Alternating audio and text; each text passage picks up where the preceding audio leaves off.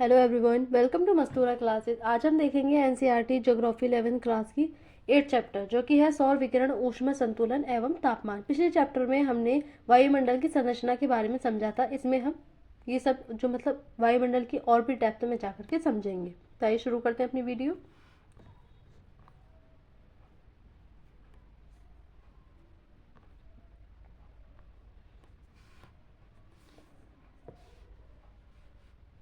तो क्या आप अपने चारों तरफ वायु को महसूस करते हैं? क्या आप जानते हैं कि हम वायु की बहुत भारी बुलंदी में के तल में दबे हुए हैं?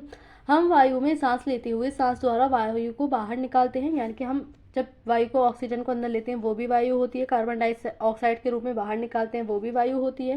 परंतु उसे महसूस तभी करते हैं जब यह गतिमान होती है, यानी कि वो पवन की फॉर्म में चलती है। जब गतिमान होती है वायु, उसको हम पवन कहते हैं। इसका तात्पर्य यह है कि गतिमान वायु ही पवन होती है। आप जानते हैं कि पृथ्वी चारों तरफ से जो है वायु से घिरी हुई है। एक कंबल की भांति हमारी पूरी पृथ्वी पर वायुमंडल लिपटा हुआ है। वायु का यह आवरण ही वायुमंडल के जो बहुत सी गैसों से बना है। वायुमंडल में बहुत सारी गैसें देखने को मिलती हैं, nitrogen, hydrogen, carbon dioxide, CFC। इन्हीं गैसों के कारण ही पृथ्वी पर जीवन पाया जाता है, यानी कि इन गैसों की वजह से, ऑक्सीजन की वजह से, कार्बन डाइऑक्साइड की वजह से हमें पृथ्वी पर जीवन देखने को मिलता है। पृथ्वी अपनी ऊर्जा का लगभग संपूर्ण भाग सूर्य से प्राप्त करती है। इसके बदले पृथ्वी सूर्य से प्राप्त ऊर्जा को अंतरिक्ष में वापस विकिरित कर देती है। परिणाम स्वरूप पृथ्वी ना तो अधिक समय के लिए गर्म होती है और ना ही अधिक ठंडी रहती है। अतः हम यह पाते हैं कि पृथ्वी अलग अलग भागों में प्राप्त ताप की मात्रा समान नहीं होती। इसी भिन्नता के कारण वायुमंडल के ताप में भिन्नता होती है एवं इसी कारण पवनों के द्वारा ताप का स्थानांतरण एक स्थान से दूसरे स्थान पर होता रहता है। अलग अलग स्थान पर हमें जो तापमान है वो अलग अलग देखने को मिलता है। इस अध्याय में वायुमंडल के गर्म तथा ठंडे होने की प्रक्रिया एवं परिणाम स्वरूप पृथ्वी की सतह पर तापमान के वितरण को इसमें समझाया गया है। तो इस पूरे चैप्टर में हम यही समझेंगे। सबसे पहले सौर विकिरण। पृथ्वी के पृष्ठ पर प्राप्त होने वाली ऊर्जा का अधिकतम अंश लघु तरंगदैर्घ्य के रूप में आता है। पृथ्वी को प्राप्त होने वाली ऊर्जा को आगामी और विकिरण या छोटे रूप में सूर्यताप कहते हैं। पृथ्वी भुआब आकृति की है, एक एप्पल टाइप की है, यानी कि ध्रुवों पर चिपटी हुई है और जो हमारी भूमध्य रेखा है 0 डिग्री पर उभरी हुई है। तो सूर्य की किरणें वायुमंडल के ऊपरी भाग पर तिरछी पड़ती हैं, जिसके कारण पृथ्वी सौर ऊर्जा के बहुत कम अंश को प्राप्त करती है। इसीलिए हमें दिखाई देता है कि पृथ्वी पर जो टेम्परेचर है वो बहुत कम दिखाई देता है, जहाँ पर बर्फ पड़ती है, और भूमध्य रेखा पर सूर्य की किरणें सीधी पड़ने के कारण यहाँ का तापमान बहुत ज्यादा होता है। पृथ्वी औसत रूप से वायुमंडल की ऊपरी सतह पर 1.94 कैलोरी प्रति वर्ग सेंटीमीटर प्रति मिनट ऊर्जा प्राप्त करती है। वायुमंडल की ऊपरी सतह पर प्राप्त होने वाली ऊर्जा में प्रतिवर्ष थोड़ा परिवर्तन होता है। यह परिवर्तन पृथ्वी एवं सूर्य के बीच की दूरी के अंतर के कारण होता है। कभी हमें दिखाई देता है कि किसी, जैसे कि जो हमारी भूमध्य रेखा है 0 डिग्री, वो पृथ्वी को दो भागों में बांटती है, उत्तरी गोलार्ध और दक्षिणी गोलार्ध। तो जब हमारी पृथ्वी का ओर जो है उत्तरी गोलार्ध झुका हुआ होता है, तो वहां पर जो तापमान है वो ज्यादा होता है। तो उस टाइम पर दक्षिण वाले गोलार्ध में ठंडी दिखाई देती है, क्योंकि वहां पर सूर्य की किरणें सीधी नहीं पड़ती। उसी तरह से जब दक्षिणी ध्रुव जो दक्षिणी गोलार्ध होता है वो पृथ्वी जो सूर्य है उसकी तरफ हो जाता है, उसके सामने हो जाता है, तो जो उत्तरी गोलार्ध है वो थोड़ा ठंडा हो जाता है। सूर्य के चारों ओर परिक्रमण के दौरान पृथ्वी 4 जुलाई को सूर्य से सबसे दूर अर्थात 15 करोड़ 20 लाख किलोमीटर दूर होती है। पृथ्वी की इस स्थिति को अपसौर कहा जाता है। एक स्थिति ऐसी आती है साल में जब पृथ्वी सूर्य के सबसे ज्यादा नजदीक होती है, और एक स्थिति ऐसी आती है जब पृथ्वी सूर्य से सबसे ज्यादा दूर होती है। जो सबसे ज्यादा जो है दूर होती है, तो उसको हम कहते हैं कि अपसौर है। 3 जनवरी की पृथ्वी को सबसे निकट होती है, अर्थात 14 करोड़ 70 लाख किलोमीटर दूरी होती है। इस स्थिति को उपसौर कहा जाता है। अपसौर और उपसौर, अपसौर दूर और उपसौर पास होती है। इसमें पृथ्वी द्वारा प्राप्त वार्षिक सूर्यताप 3 जनवरी को 4 जुलाई की अपेक्षा अधिक होता है। फिर भी सूर्यताप की भिन्नता का यह प्रभाव दूसरे कारकों जैसे स्थल एवं समुद्र का वितरण तथा वायुमंडल परिसंचरण के द्वारा कम हो जाता है। जो परिसंचरण होता है वायुमंडल का, उसके द्वारा कम होता है। यही कारण है कि सूर्यताप की भिन्नता पृथ्वी की सतह पर होने वाले प्रतिदिन के मौसम परिवर्तन पर अधिक प्रभाव नहीं डाल पाती है। पृथ्वी की सतह पर सूर्यताप में भिन्नता किस प्रकार है? तो सूर्यताप की तीव्रता की मात्रा में प्रतिदिन, हर मौसम और प्रति वर्ष परिवर्तन होता रहता है। सूर्यताप में होने वाली भिन्नता के कारक हैं: नंबर 1, पृथ्वी का अपने अक्ष पर घूमना। जो हमारी पृथ्वी अपने अक्ष पर घूमती है। सूर्य की किरणों का नतिकोण यानी कि तिरछा पड़ना, दिन की अवधि, वायुमंडल की पारदर्शिता, स्थल विन्यास। परंतु अंतिम 2 कारक जो हैं वो कम प्रभावित होते हैं, इनसे कम प्रभाव पड़ता है।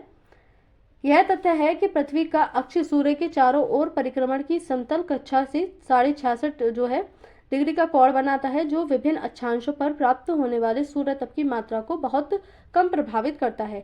सूर्यताप की मात्रा को प्रभावित करने वाला कारक दूसरा कारक किरणों का नतिकोण है, यानी कि तिरछा पड़ना। यह किसी स्थान के अक्षांश पर निर्भर करता है। अक्षांश जितना उच्च होगा अर्थात ध्रुवों की ओर किरणों का नतिकोण उतना ही कम होगा, यानी कि जब हमारी जो किरणें होती हैं सूर्य की वो ध्रुवों की ओर तिरछी पड़ती हैं, जिसके कारण जो हमारा ध्रुवों की तरफ जो तापमान है वो कम पड़ता है, यानी कि कम होता है तापमान। अतएव सूर्य की किरणें तिरछी होती हैं। तिरछी किरणों की अपेक्षा सीधी किरणें कम स्थान पर पड़ती हैं। किरणों के अधिक क्षेत्र पर पड़ने के कारण ऊर्जा वितरण होता है। यहाँ पर उत्तरायणांत में दिखाया गया है, जैसे कि यहाँ भूमध्य रेखा पर दिखाया गया है। ये है हमारी विषुवत वाली रेखा 0 डिग्री। तो यह है हमारा उत्तरी गोलार्ध वाला भाग और ये है हमारा दक्षिणी गोलार्ध वाला। 23.5 पर हमारी पृथ्वी झुकी हुई है। जो सीधी काल्पनिक हम रेखा खींचते हैं वो उससे 66.5 का कोण बनाती है। 23.5 डिग्री की जो रेखा है उसके आगे जो अक्षांश है उसके आगे कभी सूर्य की किरणें सीधी नहीं पड़ती, केवल और केवल तिरछी पड़ती है और ध्रुवों पर बहुत कमी के हिसाब से पड़ पाती हैं, जिसकी वजह से हमें दिखाई देता है कि ध्रुवों पर 6 महीने दिन और 6 महीने रात होती है। तो प्रति इकाई क्षेत्र को कम ऊर्जा मिलती है। इसके अतिरिक्त तिरछी किरणों को वायुमंडल की अधिक गहराई से गुजरना पड़ता है, अतः अधिक अवशोषण, प्रकीकरण एवं विसरण के द्वारा ऊर्जा का अधिक ह्रास होता है।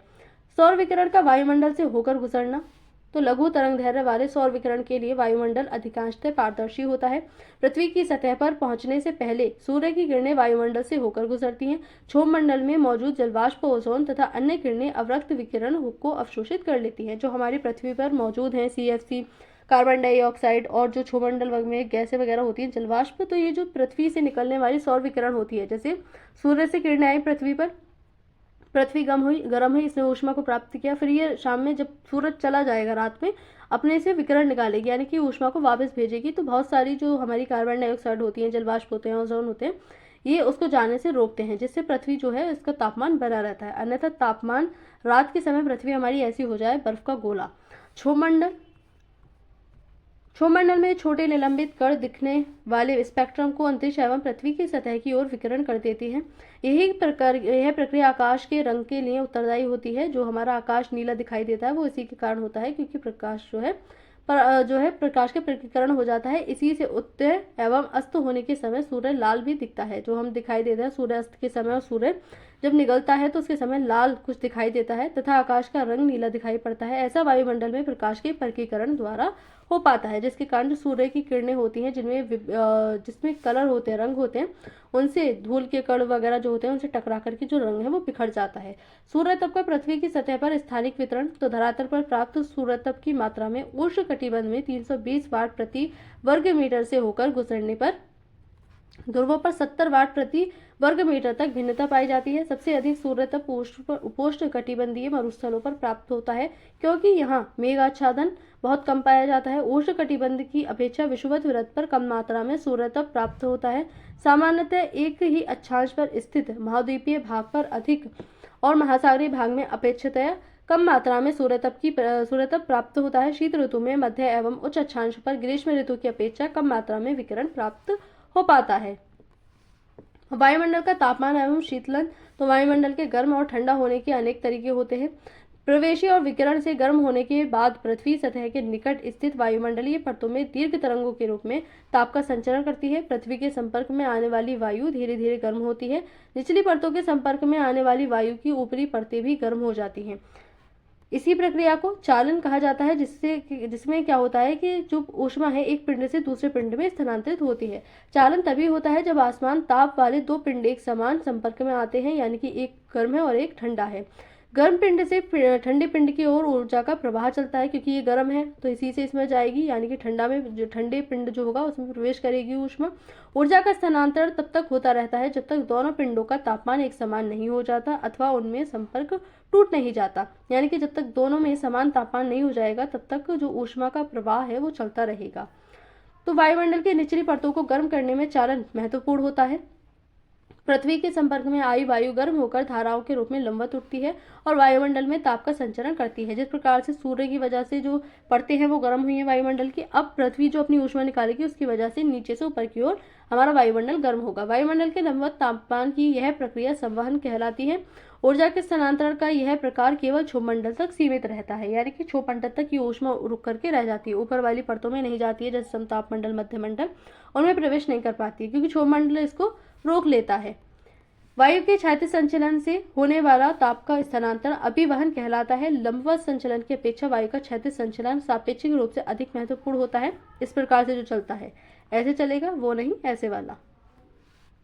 मध्याचांशों में दैनिक मौसम में आने वाली भिन्नताएं केवल अभिवहन के कारण होती हैं। उष्णकटिबंधीय प्रदेशों में, विशेषतः उत्तरी भाग में गर्मियों में चलने वाली स्थानीय पवन लू इसी अभिवहन का परिणाम होती है। लू जो गर्मियों में चलती है उत्तर भारत में, जो कि बीमारी का कारण बनती है, बहुत सारी बीमारी उत्पन्न करती है ये।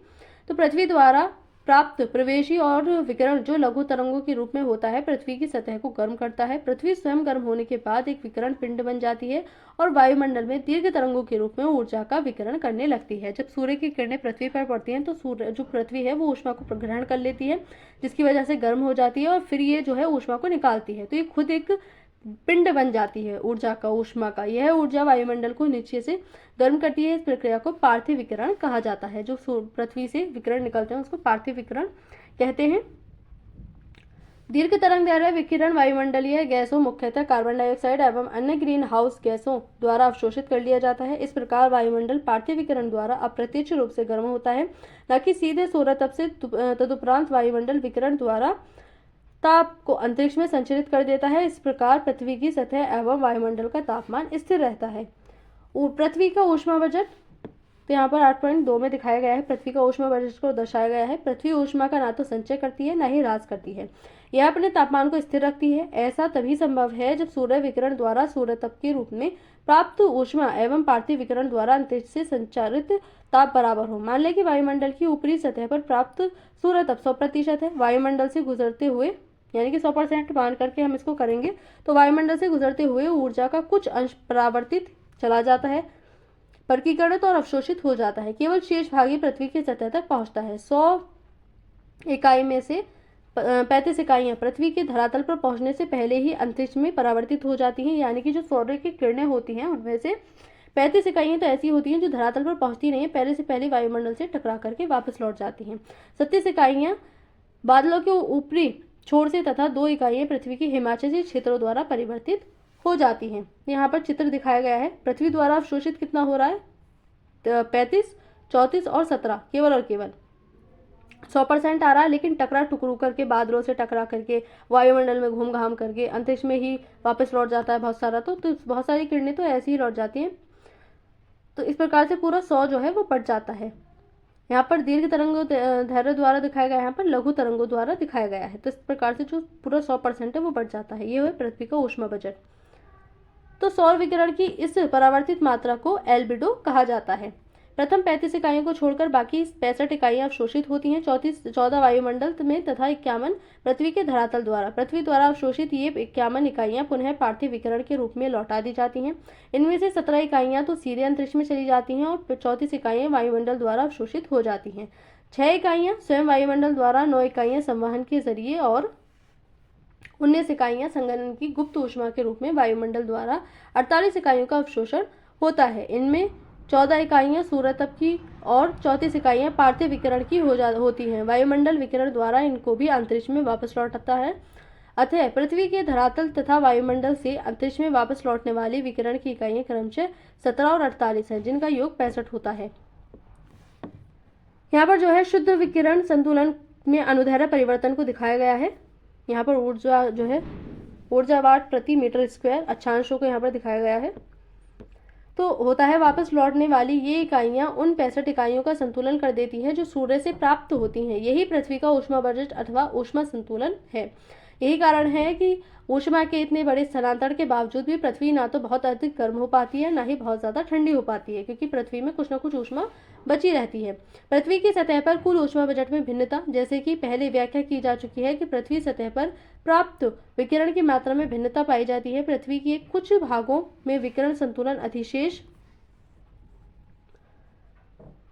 अधिशेष पाया जाता है, परंतु कुछ भागों में ऋणात्मक संतुलन होता है। इसको चित्र 8.3 में पृथ्वी वायुमंडल तंत्र के शुद्ध विकिरण में अक्षांशीय भिन्नता को दर्शाया गया है। यह चित्र दर्शाता है कि शुद्ध विकिरण में अधिशेष 40 डिग्री उत्तरी एवं दक्षिणी अक्षांशों में अधिक है, परंतु ध्रुवों के पास कमी पाई जाती है। उष्णकटिबंधीय क्षेत्रों से ताप ऊर्जा ध्रुवों की ओर पुनर्वर्तित होता है। फलस्वरूप उष्णकटिबंध ताप संचय के कारण बहुत अधिक गर्म नहीं हो और न ही उच्च अक्षांश अत्यधिक कमी के कारण पूरी तरह जमे हुए हैं।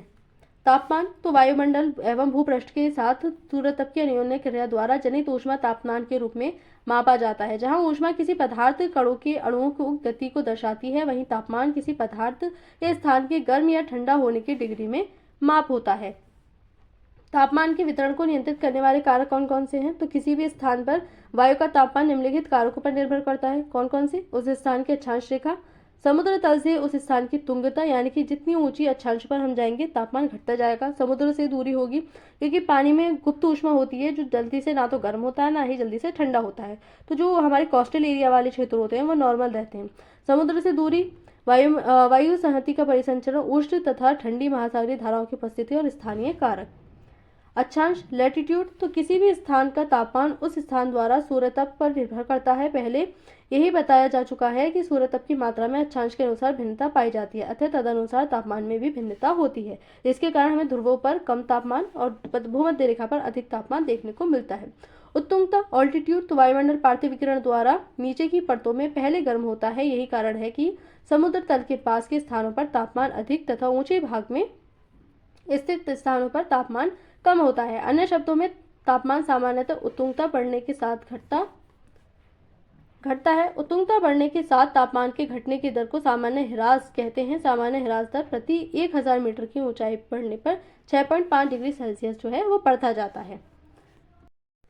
तो यहाँ पर जो है भूपृष्ठीय वायु तापक्रम वितरण जनवरी का दिखाया गया है। तो यहाँ पर अलग अलग तापमान हम देख सकते हैं, जैसे कि ये भूमध्य रेखा वाला क्षेत्र है 0 डिग्री। तो यहाँ पर हम देख रहे हैं कि यहाँ पर हमें अधिकतम तापमान देखने को मिल रहा है, और जैसे जैसे हम ऊंचाई की ओर जाते जाएंगे तो यहाँ पर हमें तापमान घटता हुआ नजर आ रहा है, जैसे कि -25 माइनस ये, तो इस तरह से तापमान घट रहा है। ऐसे हम इधर आएंगे तो यहाँ पर भी 10 डिग्री सेल्सियस माइनस, तो ऐसे ध्रुवों की ओर जाते हुए हमें जो तापमान है बिल्कुल 0 पर माइनस में जाता हुआ दिखाई देगा।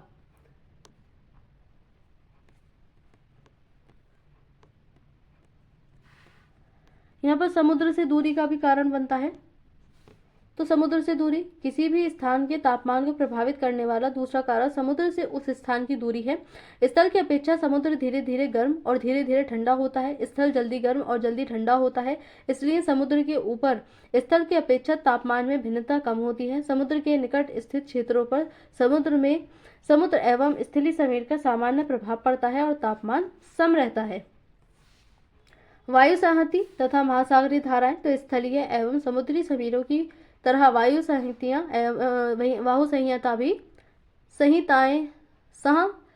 भी तापमान को प्रभावित करती हैं। कोष्ठ वायु संहतियों से प्रभावित होने वाले स्थानों का तापमान अधिक एवं शीत वायु संहतियों से प्रभावित होता है स्थानों का तापमान कम होता है।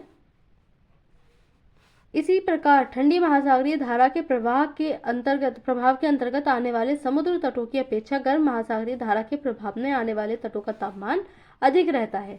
तापमान का वितरण किस प्रकार है? जनवरी और जुलाई के तापमान के वितरण का अध्ययन करके हम पूरे विश्व के तापमान वितरण के बारे में जान सकते हैं, क्योंकि 2 ही महीने ऐसे होते हैं जिनमें सबसे ज्यादा चेंजेस हमें देखने को मिलते हैं। मानचित्रों पर तापमान वितरण सामान्यतः समताप रेखाओं की मदद से दर्शाया जाता है।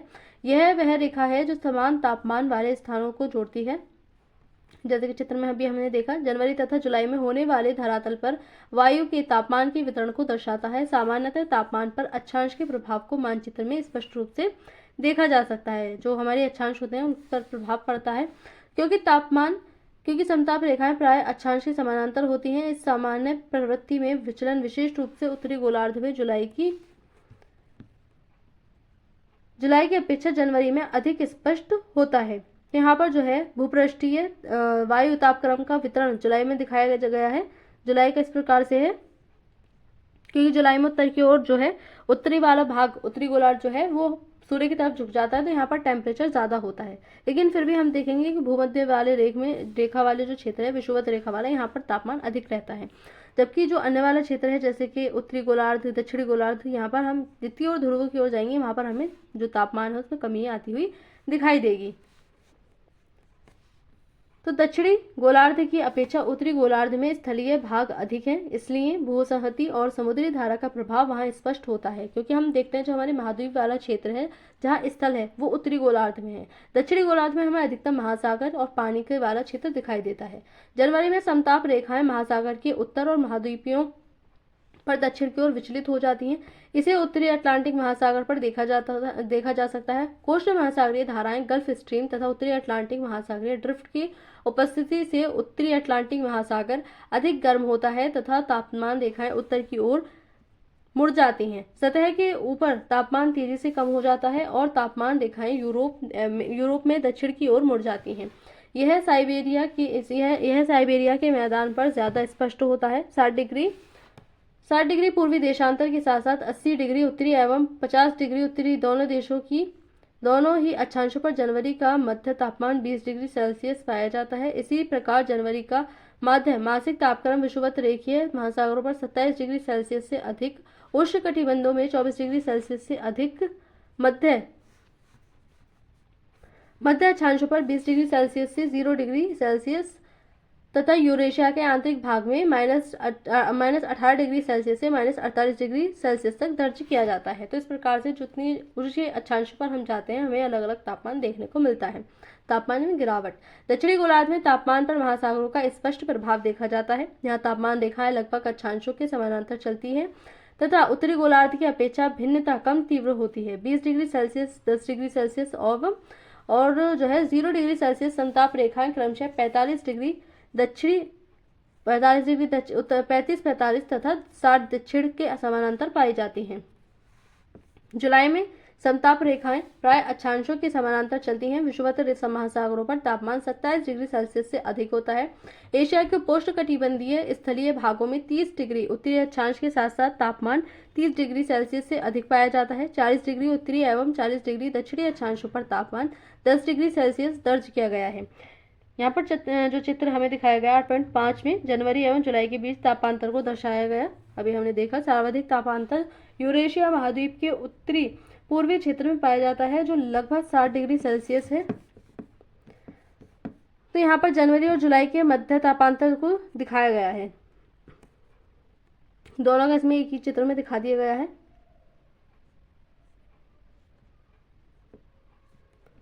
तो इसका मुख्य कारण महाद्वीपीयता सबसे कम 30 डिग्री सेल्सियस का तापमांतर 20 डिग्री दक्षिणी एवं 35 डिग्री उत्तरी अक्षांश के बीच पाया जाता है।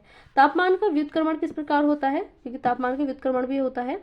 तो सामान्यतः तापमान ऊंचाई के साथ घटता जाता है। जैसे जैसे हम ऊपर जाएंगे तापमान कम होता जाता है, इसीलिए पहाड़ों पर भी तापमान कम होता है, जिसे सामान्य ह्रास दर कहते हैं। पर कई बार स्थिति बदल जाती है और सामान्य ह्रास दर उलट जाती है, इसे तापमान का व्युत्क्रमण कहते हैं।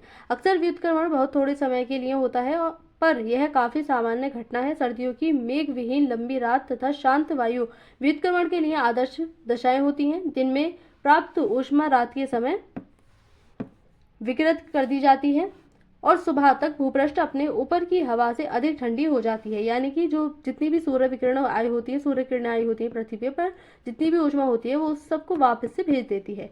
ध्रुवीय क्षेत्रों में वर्षभर तापमान व्युत्क्रमण होना सामान्य है। भूपृष्ठीय व्युत्क्रमण वायुमंडल के निचले स्तर में स्थिरता को बढ़ावा देता है। धुआं तथा धूलकण व्युत्क्रमण स्तर से नीचे एकत्र होकर चारों ओर फैल जाते हैं,